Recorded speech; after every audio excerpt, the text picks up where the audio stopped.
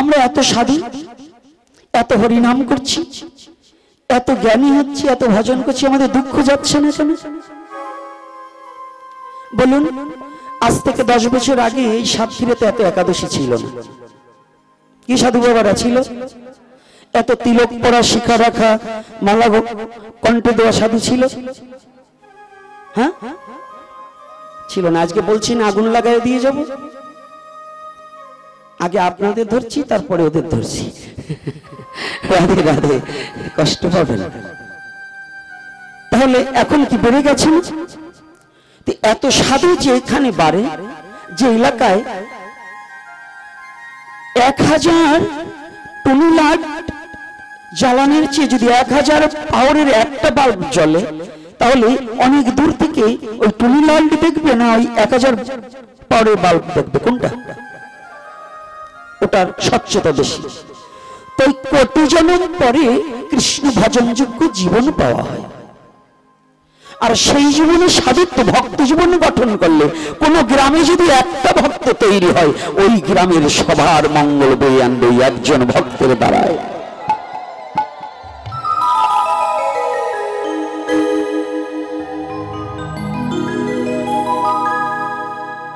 তাহলে আমাদের একটা সমস্যা, শ্রীকৃষ্ণ চৈতন্য মহাপ্রভু যে বিশ্ব জগতে প্রেম প্রচার করতে এসেছে, আমরা সেই মহাপ্রভুকে মানছি। আজকে যেমন না বলে পারছি না, মানবতার ধর্ম তো আমার মহাপ্রভু কাউকে হিংসা করেনি, কোন ধর্মকে নিন্দা করেনি। এই একটা ধর্মই যেটা সনাতন ধর্ম, যে অন্য কোন ধর্মকে নিন্দা করে না। এই সনাতন ধর্ম অন্য কোন ধর্মকে অবজ্ঞা করে না। যদি অবজ্ঞা করতেন, মহাপ্রভু চাঁদকাজিকে বুকে জড়িয়ে ধরতেন না। আমার মহাপ্রভু নিজে শিক্ষা দিয়েছেন, বৈষ্ণব কোন জাতি বুদ্ধি করে না, বৈষ্ণবের কোন জাতি বুদ্ধি নেই। এই মানবতার ধর্মে এই যুগে এসেও আজ আমার খুব কষ্ট লেগেছে, ফিলিস্তিনে যেভাবে ছোট ছোট বাচ্চাদেরকে হত্যা করা হচ্ছে এবং যেভাবে বোম ফেলা হচ্ছে, সে হোক না মুসলমান, সে তো মানুষ, সে তো মানুষ। আমার খুব কষ্ট হচ্ছে যে ফিলিস্তিনে যেভাবে যারা এটা করেছে। আমার কথা, যদি রাষ্ট্র নিয়ে দ্বন্দ্ব বাঁধে, রাষ্ট্রকে তুমি দখল করো, তবে কাউকে হত্যা করে নয়, কাউকে হত্যা করে নয়।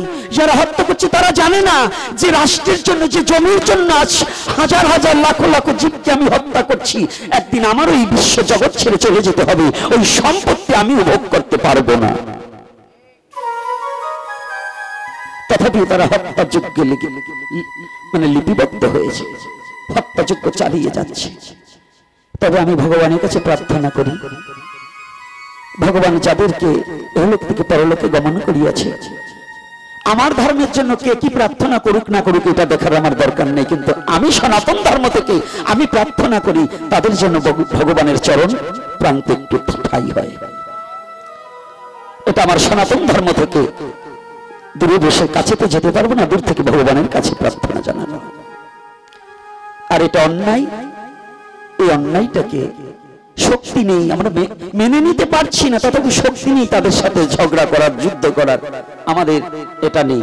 তথাপি আমি প্রতিবাদ জানাই এবং ঘৃণা জানাই যে এভাবে মনুষ্য জাতিকে নষ্ট করে দিয়ে, ভগবানের সৃষ্টিকে নষ্ট করে কখনো কোনো শান্তি পৃথিবীতে বয়ে আনতে পারে না।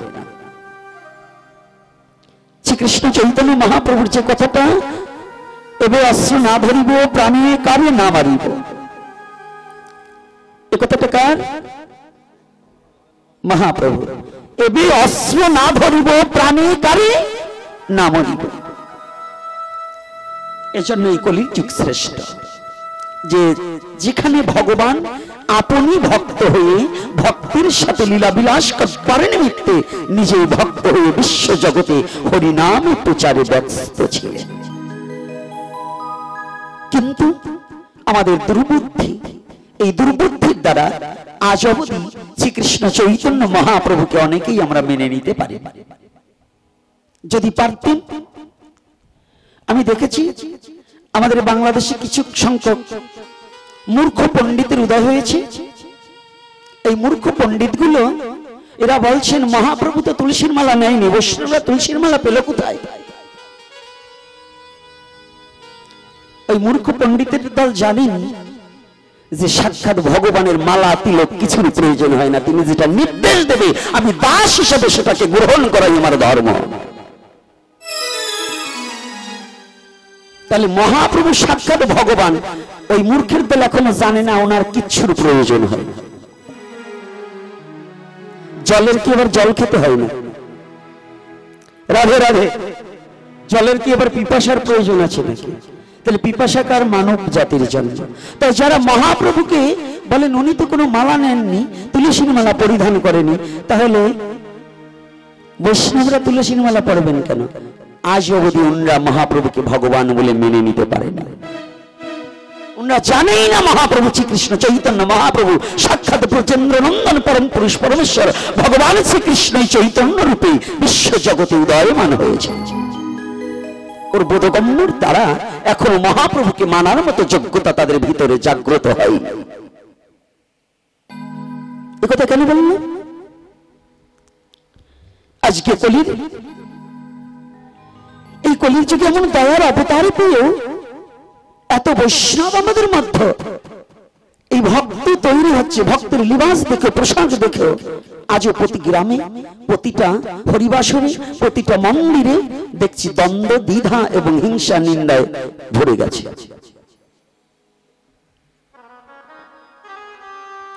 যদি কলি হতো যে একবার মহাপ্রভুকে চিনত, মহাপ্রভুকে জানত, তাহলে কেউ কারো প্রতি কোনো দ্বন্দ্ব এবং দ্বিধা থাকতো না। লীলা কথা পরে, আজকে লীলা কথার জন্য ভগবান করুণা করে পাঠিয়ে দিয়েছে। এটা ভগবানের ইচ্ছা। আজকে আমার বিল্লমঙ্গল বাবা নিজে আসতে পারেনি, আমার গৌর হরি করুণা করে টেনে এনেছেন। আজকে গৌরের ইচ্ছা হয়েছে সেই অসুরকে চরণধূলি দান করবার জন্য দেবতার যেতে হবে, মানে যেটা সুর সংসারী ভালো না তো, তাই। তো কেন বলছি এটা কথা?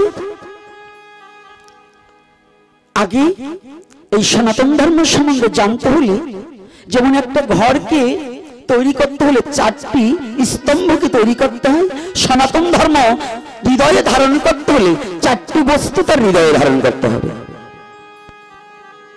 সে 4টি বস্তু কি?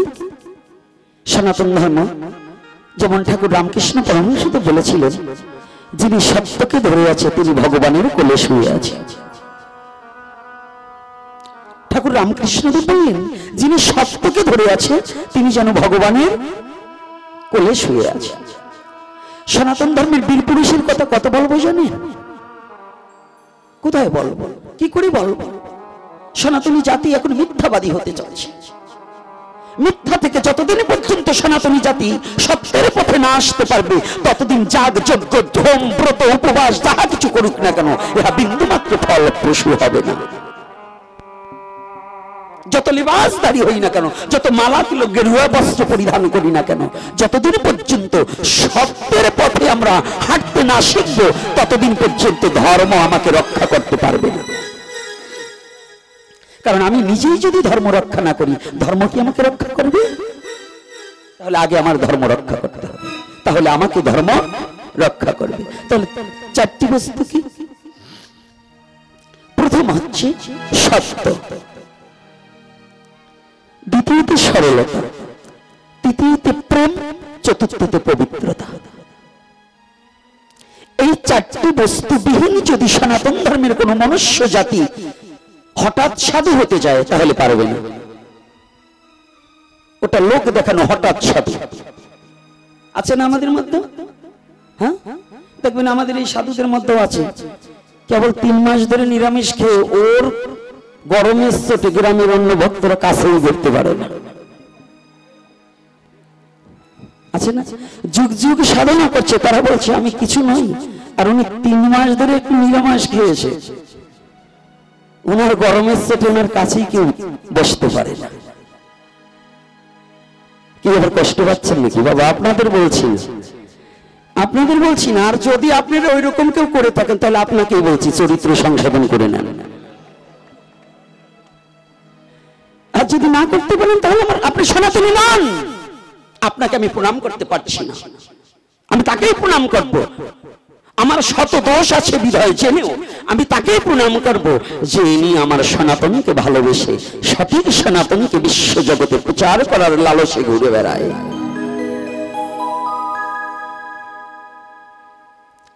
ছল ধর্ম আচরণ করার চেয়ে 2 ঘন্টা ফুটবল খেলা অনেক ভালো।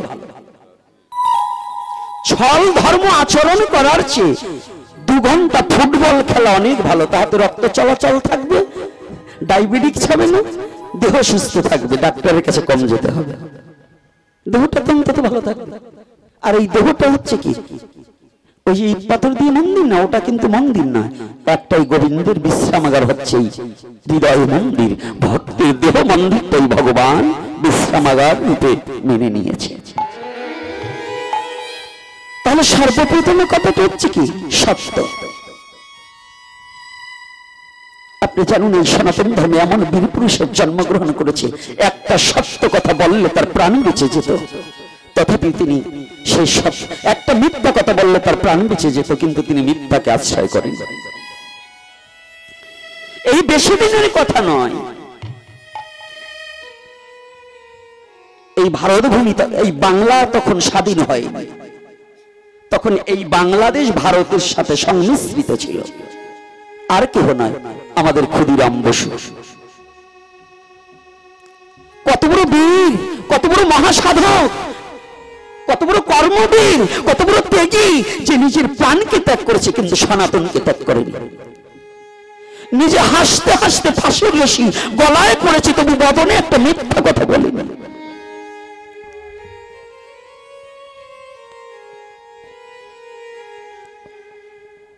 জল্লাদ বললেন, বাবা তোমার বদনখানা দেখে আমি জীবনে কতজনকে ফাঁসি দিয়েছি, কিন্তু আমি কাউকে দেখে আমার এই কঠোর নয়নে কোনোদিন অশ্রু গড়িয়ে পড়েনি। তোমাকে দেখা মাত্রই যেন আমার চোখকে, আমার এই নয়নে দুটোকে আমি প্রবোধ মানাতে পারছি না। তোমাকে দেখা মাত্রই আমি কেমন করে তোমার গলে ফাঁসির রশিটা পড়াবো। তুমি যদি পারো একটিবার শুধু বলো যে আমি ভারতবাসীকে মারিনি, এ কার্য আমার নয়, শুধু একটিবার বলো। ক্ষুদিরাম বসু 2টি হাত করে জোরে জল্লাদকে বললেন, বাবু আমি তো সনাতনে জন্মগ্রহণ করেছি, সনাতন আমাকে শিখিয়েছি সত্য বলতে। আজ না হয় কাল, কাল না হয় পশু, একদিন তো আমার মরে যেতেই হবে। তবে আমার এই ধর্মে, আমার এই সততায় আমি কখনো কালিমা লিপ্ত করতে চাই না। ও আপনি আমার মায়ায় এই রশিটা আমার গলায় পড়াতে কষ্ট হবে, চাই না। তবু আমি সত্যকে প্রতিষ্ঠিত করবার নিমিত্তে সত্যকে প্রতিষ্ঠিত করে যাব। বিশ্ব ইতিহাস হয়ে যাক, সনাতনী বীর পুরুষ কখনো মিথ্যার আশ্রয় নেয় না। সনাতনী জাতি কখনো মিথ্যাকে গ্রহণ করে না। আমি এটা বিশ্ব স্বর্ণ অক্ষরে লিপিবদ্ধ থাকবে। আমি হাসতে হাসতে নিজে ফাঁসির রশি গলায় পড়বো, তবু আমি মিথ্যা কথা বলতে পারবো না। আর আমি সেই সনাতনে জন্মগ্রহণ করে আমি মিথ্যাচার দিয়ে, আমি নিজের স্বার্থ সুখ ভোগ বিলাসের লাগি আমি মিথ্যা কথা বলে আমার ধর্মকে জলাঞ্জলি দিচ্ছি। তাহলে কবে আমি সাধু হব? কবে আমি ভক্ত হব? কবে আমি বৈষ্ণব হব?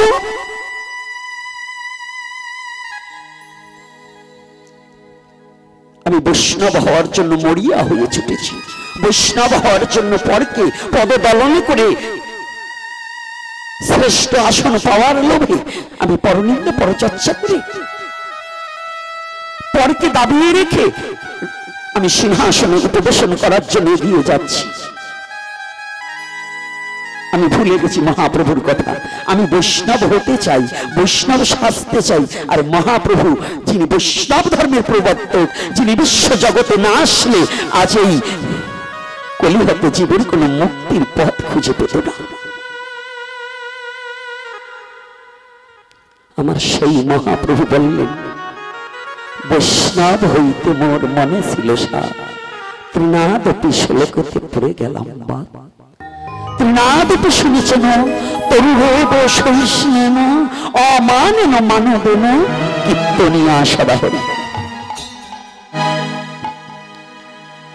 এই শ্লোকটা বহুবার আমরা সমাজে ব্যক্ত করছি।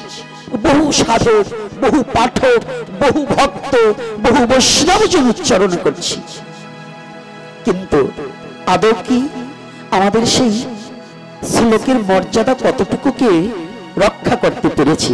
নিজের বিবেকের কাছে একটু প্রশ্ন করিতে। কি বাবা, রাধে রাধে, কষ্ট হচ্ছে না তোমার কথায়? হ্যাঁ, আর একটু সময় আলোচনা করবো না, ছেড়ে দেবো? হ্যাঁ, পিছনের বাবারা কি বলেন, করবো একটু আলোচনা? কষ্ট হচ্ছে না তো? আবার এই হনুমানের ভেস্কিতে রাগ হচ্ছে না? তাহলে বলুন তো, আদৌ তো একেবারে সত্য কথা বলেন, তাহলে মহাপ্রভুকে আমরা মানছি? আজকে আমি একটু বিকালে সন্ধ্যার আগে ঘুরে আসলাম, এখান দিয়ে সনাতনী অনেক আছে, বয়স্ক 65 বছর লোক, গলায় একটা তুলসীর মালা নেই। মায়েরা দেখছি কত অলংকার পড়েছে, কণ্ঠে একটা তুলসীর মালা নেই।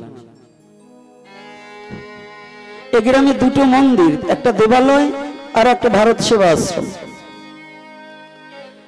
ভারত সেবা আশ্রমে ঢুকলাম, দেখলাম এই এতটুকু এতটুকু তিনটা না 4টা বাচ্চা আর একটা বাবা, একটু ও যুবক ছেলে, ওদের নিয়ে প্রার্থনা করছে।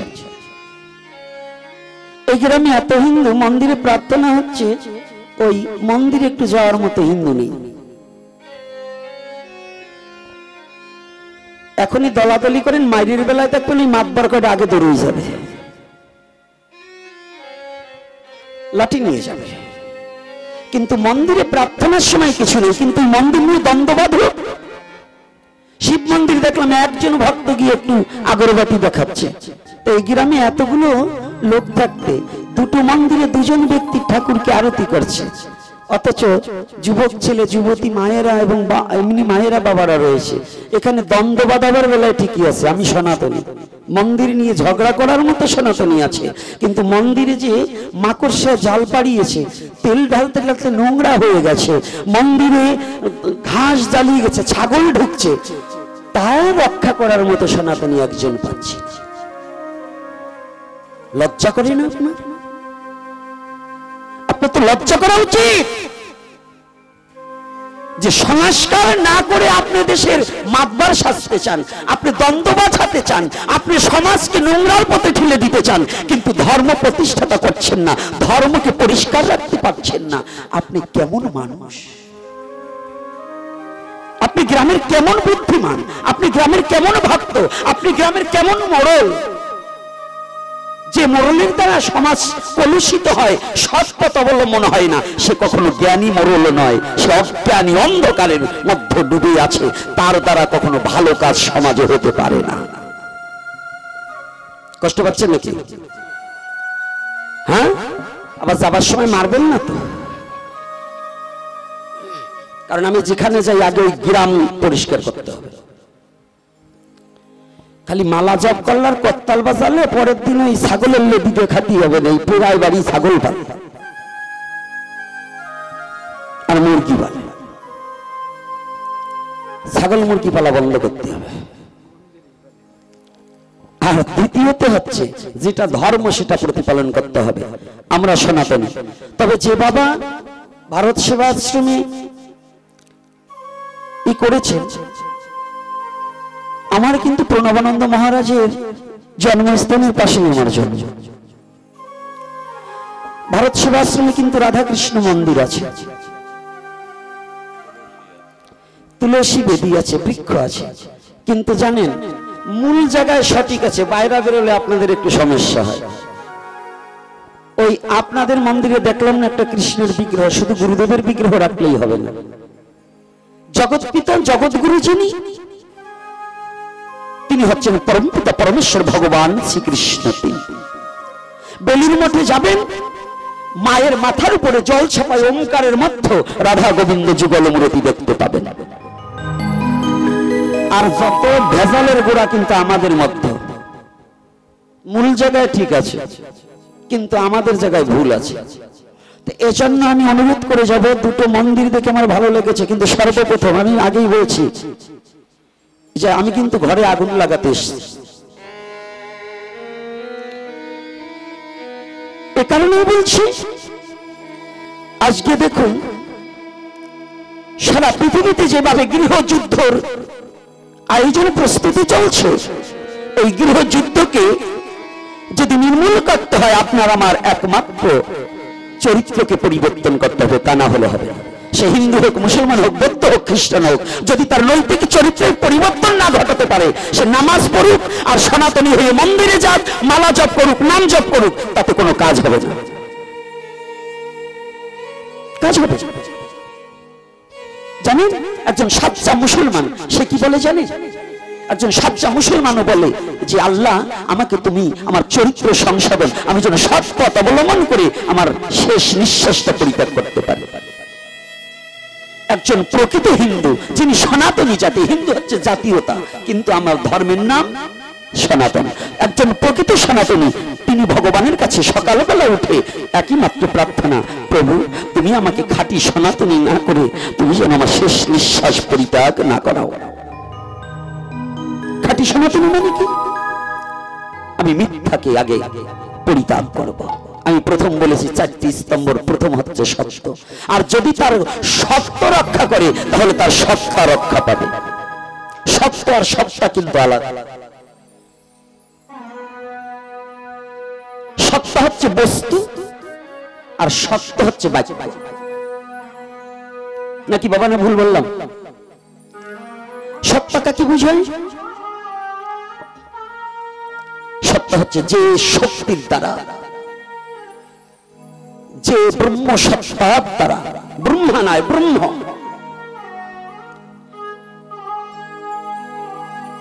এই অনন্ত কোটি ব্রহ্মাণ্ডের সৃষ্টি এবং আমার সৃষ্টি হয়েছে, সেই সত্তাকে রক্ষা করা এটাও কিন্তু পরম ধর্ম। সেই সত্তাটাকে যদি আমি সৎ না থাকি তাহলে সেই সত্তাটাকে রক্ষা করা সম্ভব নয়। মায়েদের মস্তকগুলো ঢাকার কথা কিন্তু আমি বারংবার এর আগে বলছি। কি মাথায় গরম বেশি নাকি? হ্যাঁ মাথা কি গরম বেশি? মা মস্তকগুলো ঢেকে দাও। একেবারে ভালো মা, আমার একেবারে আপন মা। এ কথা বলছি কেন জানেন? এই যে বাবা, আজকে বাবা আমার পাশে আছে, আমাদের পাঠ অন্তত বাংলাদেশের মধ্যে বাবা বিল্লুমঙ্গলের কথা শুনলে হিন্দু মুসলমানও কয়েকশো যায়। এই হনুমানটার কথা শুনলেও আসে। তো বিভিন্ন জাতি যখন আসে, আমার এই সনাতনের মেয়ে ছেলে যদি এলোমেলো মস্তকে কাপড় না থেকে বসে থাকে, ওরা বাইরে গিয়ে আলোচনা করবে সনাতন ধর্মের সাধুরা তাদের ধর্মকে শাসন করে। আপনাদের কারণে চান মার কারণে ছেলের বদনাম হোক? হ্যাঁ ও মা, চান আপনারা? যদি না চেয়ে থাকেন তাহলে ছেলেগুলো আসলে পরে আপনারা রাস্তাঘাটে বেরোলে একটু নিজেকে সংযত করে চলবেন। এটা আমি চরণে হাত রেখে বলছি। আপনার কারণের জন্য আপনার সন্তানকে কেউ কলঙ্ক না লেপতে পারে, এই জন্য বারংবার অনুরোধ করছি। তো এইবার সত্য, দ্বিতীয়ত সরলতা। দ্বিতীয়ত সরলতা কি? এখন কি সরলতা আছে? সত্য কথা বলুন, সরলতা কতটুকু আছে? আপনাদের থাকলেও আমার নেই। কত বৈষ্ণব দেখেছি, কত গুরুদেব দেখেছি, নিজের শিষ্যকে গোপনে নিয়ে ভালো মন্দ খাওয়াচ্ছে, কিন্তু অন্য একজন ভক্ত তাকে ভালোবেসে ছুটে এসেছে, তাকে একটু আদর করে। এটা কি সরলতা? যদি গুরু হয়, গুরু কবু দেহধারী নয়, অনন্ত অসীম গুরু, অক্ষয় অব্যয়। গুরুর কাছে কখনো কে শিষ্য কে অশিষ্য এই বিচার্য বিষয় যতদিন পর্যন্ত যার মধ্যে আছে, সে কোনোদিন গুরু হতে পারে না। যে মায়ের মধ্যে আমার সন্তান আর অন্য নারীর সন্তান আলাদা চোখে দেখে, সে কোনোদিন মা হতে পারে না। সে প্রকৃত মা। সে সরলতার জগতে যখন বুঝবে আমার সন্তানটাকে প্রসব করতে যতটা যন্ত্রণা হয়েছে, অন্য মায়ের সন্তানটাকে প্রসব করতে ঠিক ততটাই যন্ত্রণা লেগেছে। এই দুজনের সন্তানই কষ্টের ফসল, যন্ত্রণার ফসল। এই দুটো ফসলই যেন আমার নষ্ট না হয়। তাহলে সে যেমন প্রকৃত মা। একজন সাধু যেমন অসাধুকে দেখলে যতটা ভালোবাসতে হবে, সাধুকে দেখলে ততটা ভালোবাসতে হবে। এটা কে শিখিয়েছে? মহাপ্রভু। কি বলবো, মহাপ্রভুর কথাগুলো না একেবারে মানে ওনার লীলা চরিত্র। পৃথিবীতে যত ভগবান যতবার এসেছে, পৃথিবীতে যত লীলা করেছে, আমার মহাপ্রভুর চেয়ে পরিশুদ্ধ লীলার কোন লীলাও হতে পারে না। নিষ্কলঙ্ক সুমধুর লীলাটাই হচ্ছে মহাপ্রভুর লীলা। যেদিন ঝাড়িখণ্ড বনের মধ্যে মহাপ্রভু ভাবে বিভোর হয়েছিল, জানা কথা, তবু অল্প একটু কাজ দিয়ে যাচ্ছি। সেদিন মহাপ্রভু কি পশু আর মানুষ আলাদা ভেবেছিল? রাধে রাধে জানি। সেদিন যদি মহাপ্রভু এই লীলাটা না করত, চিরশত্রু যে মধুমাখা হরিনামে একাকার হয়ে যায়, এর নিদর্শন মহাপ্রভুর ঝাড়িখণ্ডের বন। চিরশত্রু একমাত্র বস্তু আছে, সেই ঔষধ যদি কেউ সেবা করতে পারে আর ওই ঔষধ যদি কেউ ব্যবহার করতে পারে, তাহলে চিরশত্রু বশীভূত হয়ে যায় বিশ্ব চরাচরে।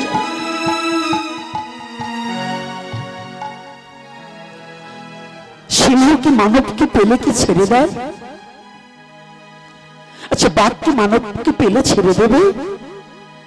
যেদিন ঝাড়িখণ্ড বনের মধ্যে মহাপ্রভু হরি নাম করিতে করিতে ভাবে বিভোর হয়ে যখন রওনা দিয়েছে, দূর থেকে সিংহ, যখন সিংহের এক নাম হচ্ছে হরি আর হাতির এক নাম করি, যখন সিংহ ধেয়ে আসছে যে আজ এই সুষম দেহ অপূর্ব জ্যোতিময় এক মানবের সন্ধানে পেয়েছি, জীবনে কত কিছু খেয়েছি, কিন্তু এটাকে দেখেই যেন জিহ্বায় জল এসে গিয়েছে। মহাপ্রভু দিকে ধেয়ে আসছে, কিন্তু মহাপ্রভু তো নামে বিভোর, নাম করছে, বিভোর হয়ে গেছে, বাহ্যিক জ্ঞান হারিয়ে হয়েছে। যখন সিংহ কাছে আসছে আর এই প্রভু যে নাম করছে না, ওই নামের সপ্ত ব্রহ্মরূপে সিংহের কর্ণ কুহুরে গিয়ে নামামৃত রস ঢুকে পড়েছে। যখনই ঢুকে পড়েছে না, যদিও পশু হয়, হিংসাটা যেন একটু কমে গিয়েছে। যখনই বেশি কাছে এসেছে, দৌড়ে গিয়ে মহাপ্রভু ওই সিংহকে জড়িয়ে ধরে বলছে, ভাই তুমি কি বলতে পারো কোথায় মধুর বৃন্দাবন, কোথায় শ্যামলী ধবলী গাধিগণ, কোথায় শ্রীরাম সুধাম সখাগণ, কোথায় ললিতা বিশাখায় আদি সখীগণ, কাহা বৃন্দাবন, কাহা বৃন্দাবন? হরিবা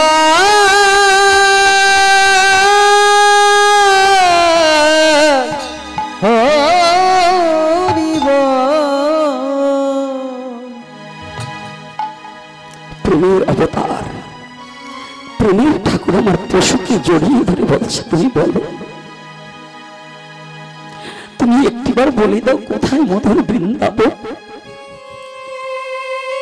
পূর্বভাবে বিবর হয়ে খুঁজছে আজ ললিতা বিশাখাকে, খুঁজছে শ্রীরাম সুধাম দম্ব সুধাম, দাদা বলরাম কি?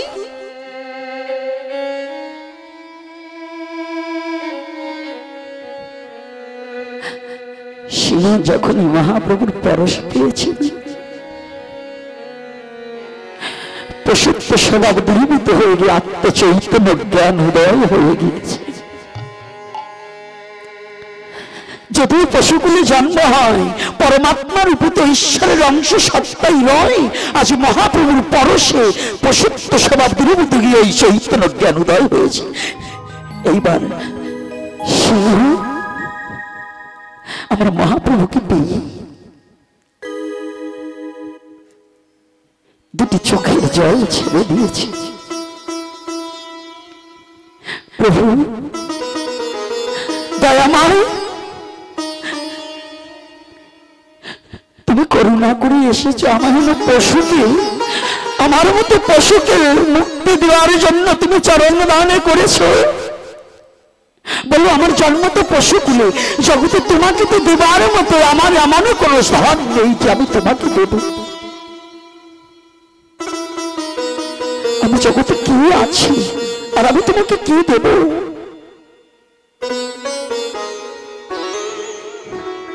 তবে প্রভু জীবনে তো কোনোদিন তোমাকে ডাকেনি, তোমাকে ভালোবাসি। আমার আজ মন বলছে পশুকুলে জন্ম আমার, আমি তো পশু, আমার তোমাকে দেওয়ার মতো কিছু নেই। তোমার চরণে যদি তুলসী দেব সে ভক্তি সে শক্তি আমার নেই। আমি তো পশুকুলে জন্মগ্রহণ করেছি।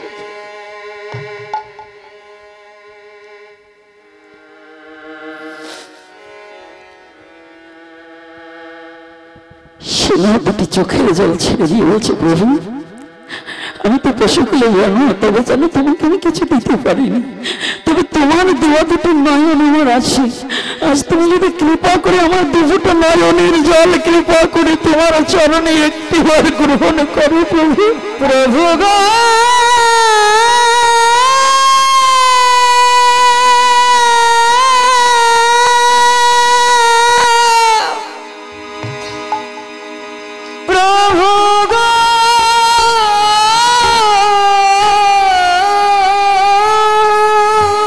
পশুগুলো জন্মগ্রহণ করেছি বলে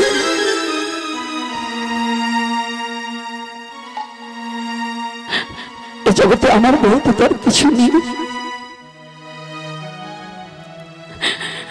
তবে তুমি যেন করুণা করে এই ঝাড়িখণ্ড বনের মাঝে এসেছো, তুমি একটু কাজ করো। জানো প্রভু আমার কোটে কোটে জন্ম পশুকুলে হোক তাতে আমার কোনো দুঃখ নেই, তবে যেন আমাকে পশুকুলে যে বনের মাঝে পাঠাবে তোমার মতো দয়াল গৌর হরিজন সেই বনের মধ্যে আমি দেখতে পাই।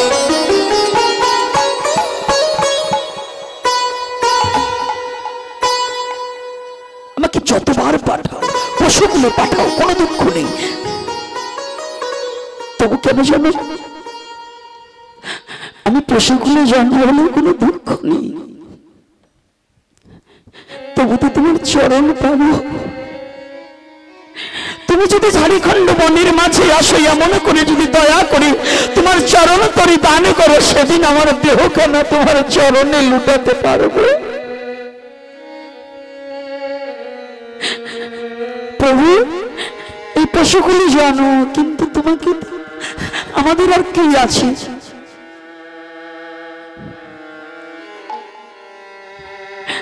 আমাদের কি আছে জগতে তোমার চরণ ছাড়াই আমার আর কি আছে? প্রভু তোমার চরণ ছাড়া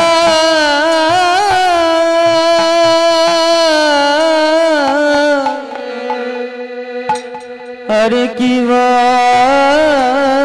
আছে? ওরে তুমি কৃপা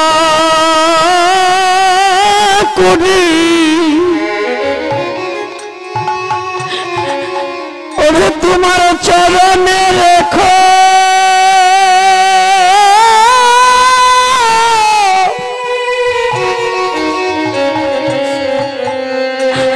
বলি তোমার চরণ ছাড়া আমাদের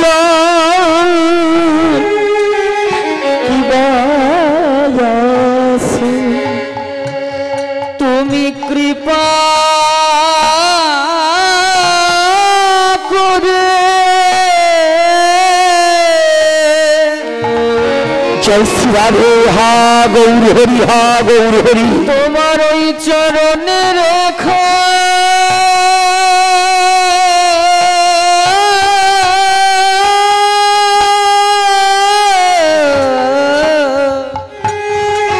তোমার চরণ ছাড়া প্রভু তোমার ওই চরণ ছাড়া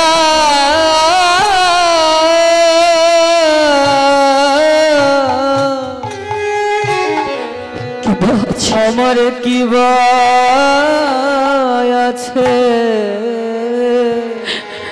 এই জগতে শুধু পশু পাখিদের নয়, প্রতিটা জীবের ভগবানের চরণ ভিন্ন আর জগতে কিছু নেই। আমার গৌরের চরণে ভিন্ন বিশ্ব জগতে আর কোনো দাঁড়াবার জায়গা নেই, জুড়াবার জায়গা নেই।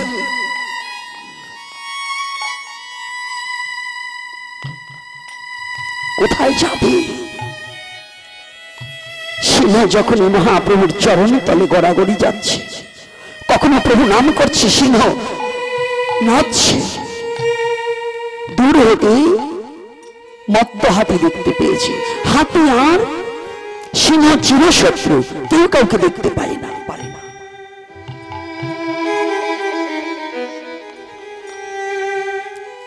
হরিয়ার করে হচ্ছে চিরশত্রু, কেউ কাউকে দেখতে পায় না। হাতি দাঁড়িয়ে আছে, কি গো, জীবনে তো কোনোদিন দেখিনি সিংহ আর কোন নর একসাথে কোলাকুলি করে। একই আর একই কে এসেছে? একবার মত্ত হাতি গগন পানে তাকায়, আর একবার ভূতলে তাকায়, মহাপ্রভুর দিকে তাকাচ্ছে। কি যেন ঝাড়িখণ্ড বর, যেন সূর্যের কিরণের মতো জ্যোতি মহাপ্রভুর অঙ্গ থেকে ঝলকে ঝলকে প্রবাহিত হচ্ছে। এটা দেখে হাতি, মত্ত হাতি থমকে গিয়েছে। একে সূর্যের কিরণ বেশি না যে ব্যক্তিকে আমি দেখছি তার অঙ্গের জ্যোতি বেশি?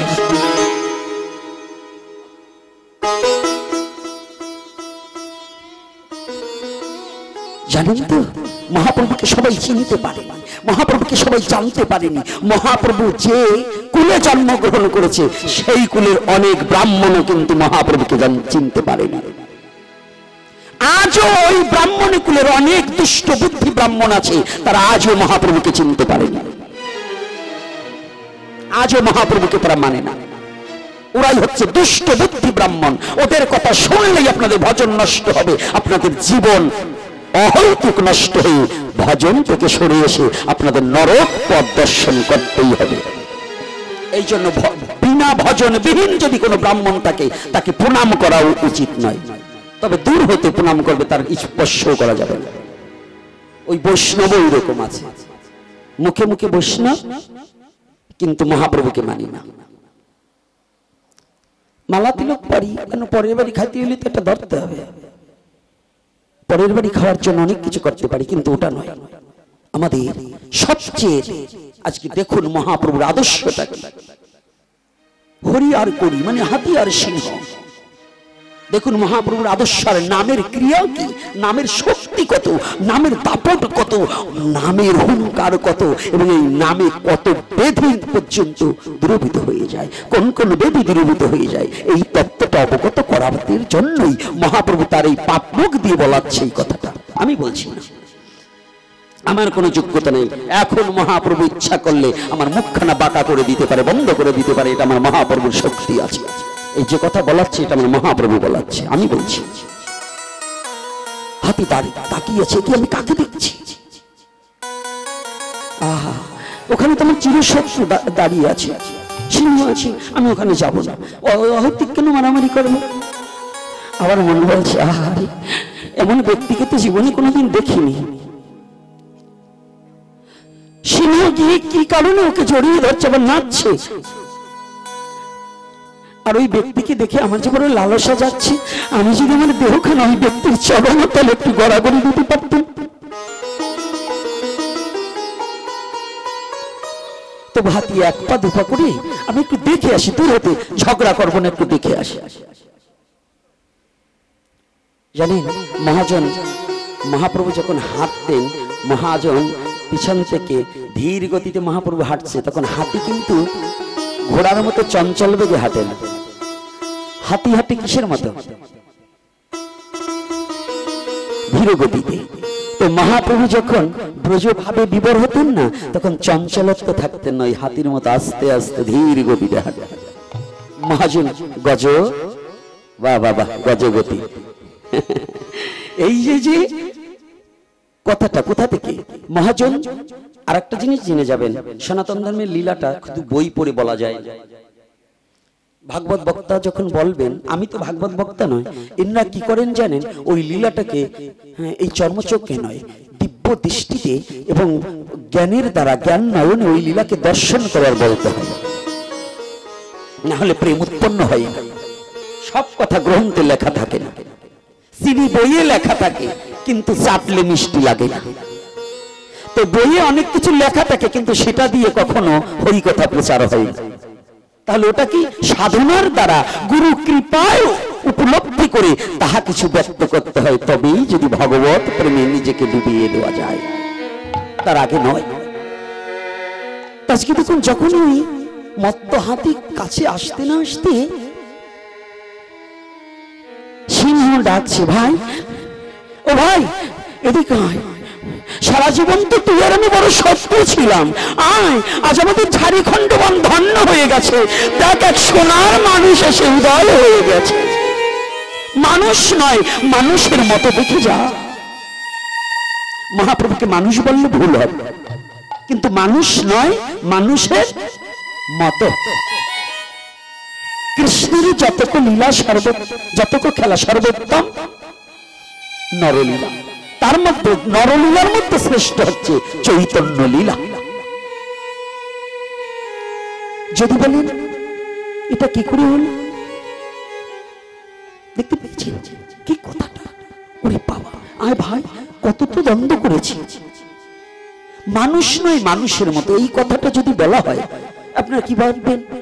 আচ্ছা, যে গ্রামে আগে গ্রামগঞ্জে যাত্রা হতো, একজন ভিখারি, সে চমৎকার রূপে রাজার অভিনয় করতে পারত। আচ্ছা, মঞ্চে গিয়ে সে রাজা সেজেছে, আদতেও কি সে রাজা? হ্যাঁ, রাধে রাধে, আদতেও কি সে রাজা? তাহলে কি ওখানে অভিনয় করেছে? আমার ভগবান তদ্রূপ লীলা বিলাসের জন্য মানুষ নয়, মানুষের মতন হয়ে অভিনয় করেছে, এজন্য মানুষ নয়, মানুষের মতন। এটা ভগবানের অভিনয়। ভগবান কিন্তু মানুষ নয়, দেহধারী নয়, অপ্রাকৃত। তবু সে আমাহেন পাপিষ্ঠকে মুক্তি দিবার নিমিত্তে নিরাকার ঈশ্বর সাকার মূর্তি ধরে গোলক ছেড়ে ভুলকে এসে তার ভক্তকে পাইবার নিমিত্তে দুহাত পাশরিয়ে দিয়েছে।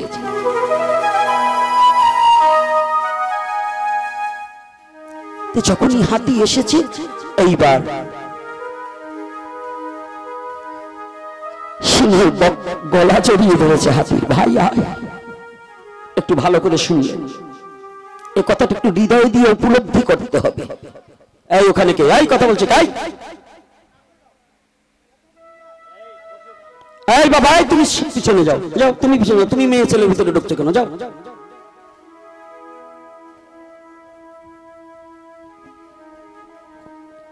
জানি তাই কষ্ট পাবেন না, কারণ সব কথা মুখস্থ কণ্ঠস্থ নিয়ে আসা যায় না, ঠোঁটস্থ নিয়ে আসা যায় না। আর ওই কুস্ক আওয়াজ অন্তত আর কেউ না হলেও এই হনুমানটা কিন্তু আসরে কখনো আওয়াজ হতে পারবে না। নীরবতা ধৈর্য ধরে পালন করতে হবে।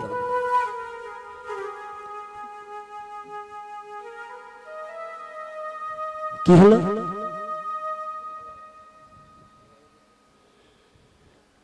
হরিয়ার করি যখন গলা জড়িয়ে ধরে কাঁদছি,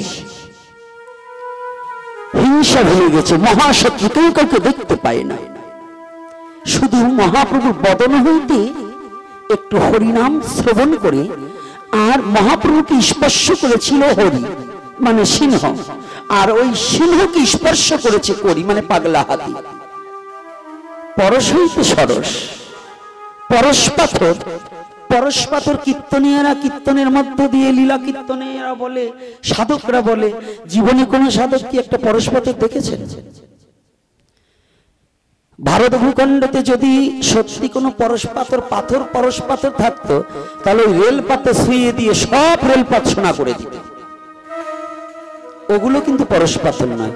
পরশ পাথর হচ্ছে যার পরশে জড় বুদ্ধি নাশ হয়ে শুদ্ধ প্রেম ভক্তি জাগ্রত হয়, তাহাকে পরশ পাথর বলা হয়,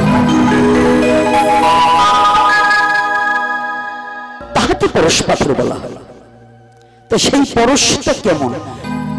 সিংহ পরশ করেছে মহাপ্রভুকে, আর মহাপ্রভু পরশ শ্রী বিষ্ণু সিংহকে, আর সিংহ গিয়ে আবার পরশ করেছে হাতিকে। এবার হাতিও ওই পরশে সরস হয়ে গিয়েছে। এইবার হরিনামে গড়াগড়ি দিচ্ছে। এই জন্য পিছন থেকে পদকর্তা বলছেন যে হরির গলা ধরে করি ধুলায় গড়া গড়ি যায়।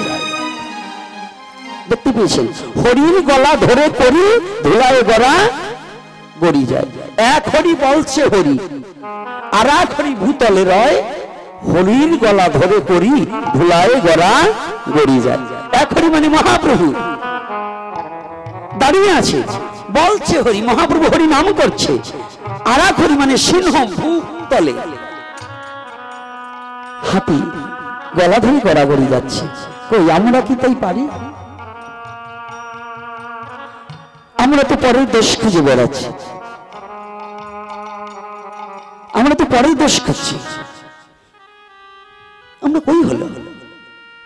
তাহলে ঝাড়িখণ্ড বনের মধ্যে মহাপ্রভু শিক্ষা দিলেন, হিংসাটাকে বৈষ্ণবী, হিংসাটাকে পরিত্যাগ করে শুদ্ধ প্রেম ভক্তি দান করো, হরি নাম প্রচার করো, হরি নাম প্রচার করো। নামকে প্রচার করে তুমি সনাতনকে বিশ্ব জগতে প্রতিষ্ঠিত করে দেখিয়ে দাও যে হে বিশ্ব জগৎবাসী, সনাতন শাশ্বত, যাহা অবিনশ্বর, যাহাকে ধ্বংস করার মতো অপশক্তি পৃথিবীতে আর হয় নাই, পারবে না। এটাই সনাতনী। যদি তুমি এই চারটি বস্তুকে ধারণ করতে পারো, সত্য, সরলতা, প্রেম, পবিত্রতা, কোন বাপের বেটার হিম্মত নেই তোমাকে দমিয়ে রাখবে, তোমাকে ধ্বংস করবে, সনাতনকে মুছে দেবে, এমন কোন বাপের বেটার হিম্মত নেই যদি এই চারটি বস্তুকে কেউ হৃদয়ে ধারণ করে চলতে পারে।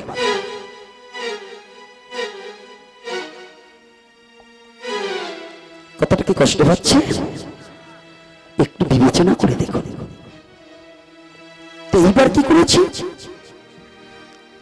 আমি, যে কথাটা দুটো গেছে, সত্য আর সরলতা, এইবার হচ্ছে প্রেম, পবিত্রতা। আমাদের প্রেম আছে, বলুন, কামের হৃদয়ে পরিপূর্ণ প্রেম কই? যেখানে প্রেম থাকে কাম থাকে না, আর কাম থাকলে প্রেম থাকে। কামনা বাসনা নিয়ে ঘুরে বেড়াই। কাম থাকলেও কোনো ক্ষতি নেই, কিন্তু বাসনা কামনা থাকলেই তো ঝামেলা।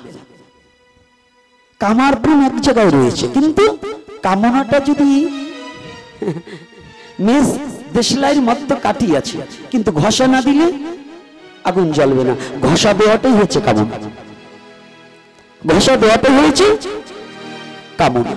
তাই আসুন, এই প্রেম রাজ্যকে প্রেম প্রতিষ্ঠিত করতে হলে এই প্রেমের পূজারী একমাত্র শ্রীকৃষ্ণ চৈতন্য মহাপ্রভু। মহাপ্রভু ভিন্ন কোন প্রেমের দেবতা হতে পারে না। কে, কবে, কোন দিন? আপনি বলুন, একজন যদি শাস্ত্রকার এখানে থাকে, একজন বলুন মহাপ্রভুর সাথে কারোর সাথে দ্বন্দ্ব হয়েছে? হ্যাঁ, শিবকে বলেন, শিবও একদিন ওই শিবলোক থেকে পালিয়েছে অসুরের দাবরের সাথে। ব্রহ্মা বলেন ওগুলো পালিয়েছে। আমার মহাপ্রভু কোনদিন পালিয়েছে? এই মহাপ্রভু পালিয়েছে? হ্যাঁ, এই লীলাগুলো অনুধাবন করে নিজের হৃদয় মাঝে প্রতিষ্ঠিত করতে হবে। এটা প্রতিষ্ঠিত না করলে মানব জীবন ধন্য হবে না। তাহলে এইবার প্রেম, পবিত্রতা। পবিত্রতা আছে। আমি কিন্তু বারংবার বলছি যে কথাটা আমাদের সনাতনী ছেলে মেয়েদের আজকাল তো দীক্ষা দিয়েও হরি বল, গুরুদেবরাও দীক্ষা দিয়ে নিজেরাও করে না, অপরেও করতে দেয় না।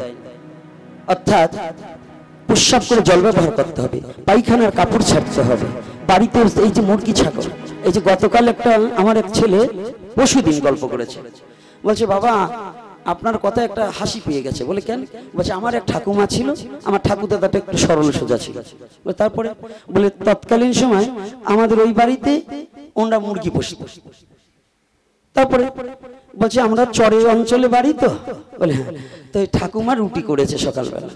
তো চরাঞ্চলে যারা একটু খাটে পাটে তাদের কিন্তু একটু খেতে হয় বেশি, আর চরের লোক কিন্তু ঝাল খায় বেশি।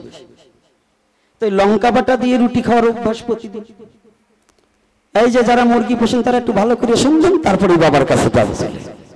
একটু এই কথাটা না বলে পারছি না, কারণ এটা বাবা বলবে না আপনাদের,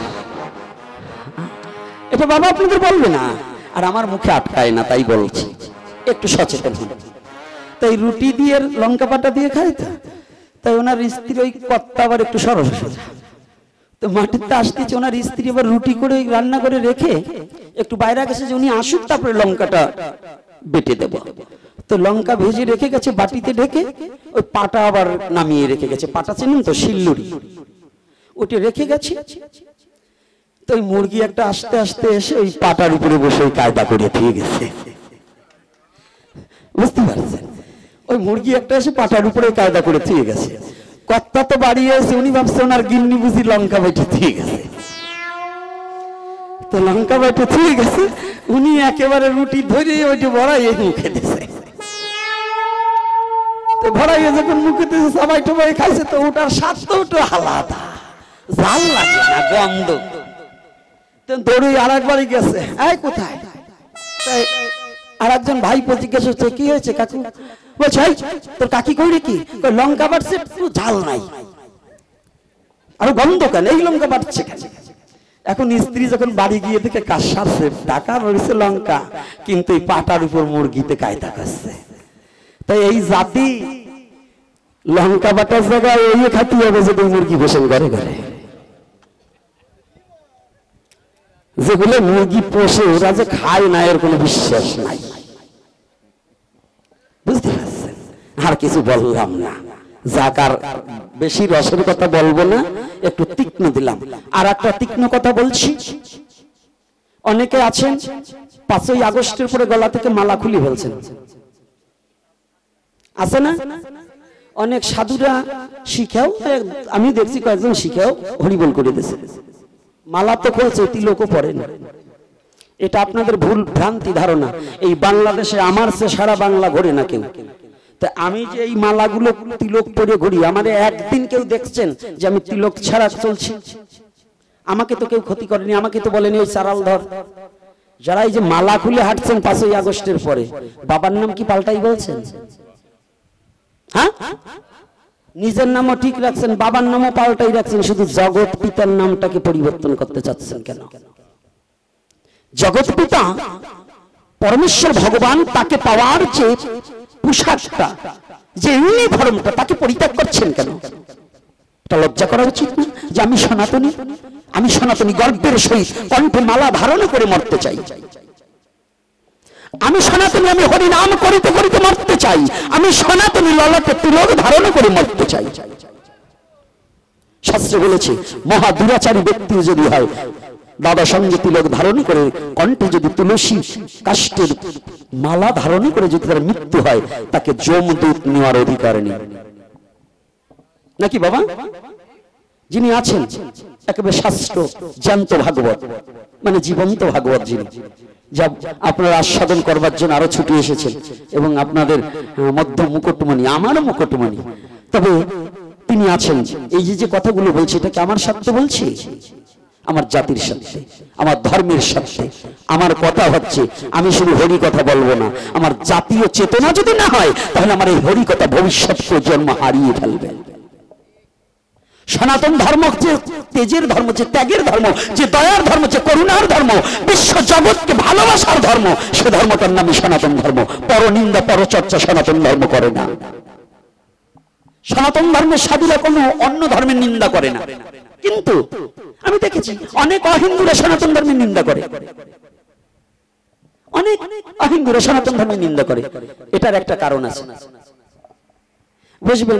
আপনি একটা জিনিস আনবার যাবেন আর একজনের বাড়ি, আপনার থাকলে কি আনবার যান? হ্যাঁ, আপনি আনবার যান কখন? আপনার যখন নাই। তো নিজের ধর্ম চর্চা না করে যে অন্যের ধর্ম চর্চা করে, বুঝবেন ওর পুঁজি নাই, ওর ব্যাগে কোনো মাল নাই, এই জন্য অপরের কাছে ধারা নেই। আর যার আছে সে নিজেরটাকেই চর্চা করে। তাই এজন্য বলছি, এ সনাতনী, তোমার মাতৃভান্ডারে কোন ধনের কম নাই, তুমি খুঁজতে শেখো, তাহলে খুঁজলেই সমস্ত কিছু মিলে যাবে, কোনো কিছু কম নেই। তুমি সনাতনে নেই পৃথিবীতে এমন কোন বস্তু নেই, সনাতনে আছে সবই, তুই যাহা চাবি তাহা পাবি। আর দীর্ঘায়ু না করে আমি যেখানে আজকে মিলন মেলায় এমন ভাবে যিনি অযাচিত ভাবে চাইলে যে দিয়ে যায়, তারে বলে পড়শি। না চাইতে দিয়ে যায় তাকে বলে পড়শি, আর বিনা আধারে মাছ ধরে তাকে বলে বড়শি। আধার দিয়ে মাছ ধরলে ওটা তো লোভে খাওয়া হলো, যদি আধার ছাড়া মাছ ধরা যায় এটাকে হয় বড়শি। আর চাইলে তো সবাই দেয়, না চাইতে যে দিয়ে যায় তাকে বলে পড়শি। পড়শিকে যিনি মনের ভাব বুঝে দুঃখ নিবারণের জন্য এগিয়ে আসে তাকে বলে পড়শি। তা আমার বাবা আজকে আমার পড়শি, কারণ কি জানেন? আজ দুপুরে অসুস্থতা, হয়তো গৌরী কৃপা করে আমাকে বাঁচাবার নিমিত্তে আবার করুণা করে চলে আসছে।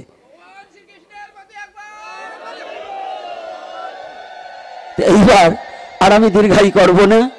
আজকে মহাপ্রভু ঝাড়িখণ্ডে রইলেন। আমার বাবা, আমি জানি, বাবার মুখে শ্রবণ করেছি, এখান থেকে অনেক লীলা আস্বাদন করেছি। বাবা আরো এগিয়ে যাবে, আর বাবা একটু ভাগবতের পুষ্পাঞ্জলি প্রদান করবে এবং দুটো কথা আপনাদের মাঝে ব্যক্ত করবে।